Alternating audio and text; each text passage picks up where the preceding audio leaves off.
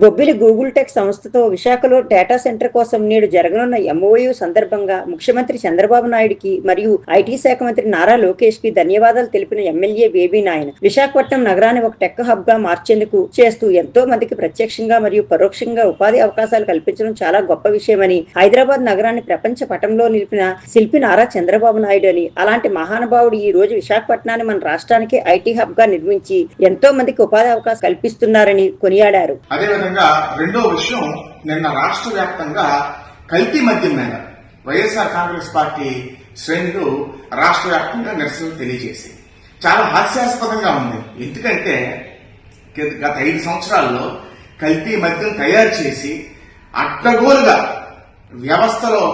వ్యవస్థని పూర్తిగా నిర్వీర్యం చేసి కల్తీ మద్యం వైన్ షాపుల్లో సరఫరా చేసినటువంటి దౌర్భాగ్య చరిత్ర వైఎస్ఆర్ కాంగ్రెస్ పార్టీ ప్రభుత్వానికి కిందటి 5 సంవత్సరాలు.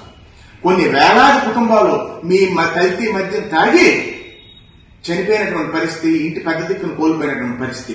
వాళ్ళు ఉసురు తగిలే మీరు ఇవాళ 11 సీట్లకు పరిమితమయ్యారు.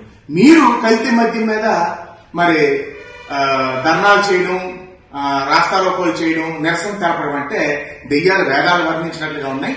ప్రజలు ఏమాత్రం కూడా మీరు గత 5 సంవత్సరాల్లో మద్యం విషయంలో ఉన్నప్పుడు ఇతర ఏ విషయంలో ఉండవండి, మీరు చేసినటువంటి అరాచకాన్ని, మీరు అందించినటువంటి దౌర్భాగ్య పరిపాలనని ఈ రాష్ట్ర ప్రజలు ఎప్పుడు కూడా మర్చిపోరన్న విషయం మీరు గ్రహించాలి.